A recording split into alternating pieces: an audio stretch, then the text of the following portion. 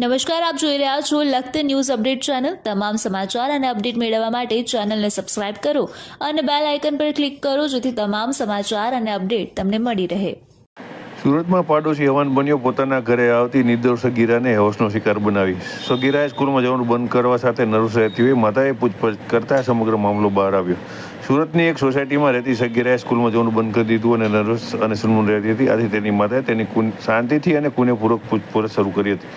આથી સગીરાએ હિંમત કરી તેની માતાને તેની સોસાયટીમાં તેની સામેના ઘરમાં રહેતા, જ્યાં તેમને ઘરે આવવા જવાનો સંબંધ હતો, તે ઘરમાં રહેતા સંજય ફળદુ, જેની ઉંમર 45 વર્ષ છે, તે તેની એકલતાનો લાભ લઈ તેની સાથે શરીરબંધ બાંધતો હતો। આ બાબત સગીરા કોઈને જણાવી શકતી નહોતી, આથી તેને સ્કૂલ જવાનું બંધ કરી દીધું હતું।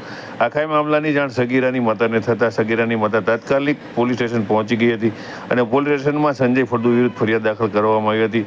પોલીસ દ્વારા સંજય ફળદુ વિરુદ્ધ પોસ્કો સહિતની કલમ અંતર્ગત ફરિયાદ દાખલ કરી આરોપી સંજય ફળદુને ઝડપી લઈ તેની સામે કાયદેસરની કાર્યવાહી શરૂ કરવામાં આવતા ચકચાર મચી જવા પામી છે।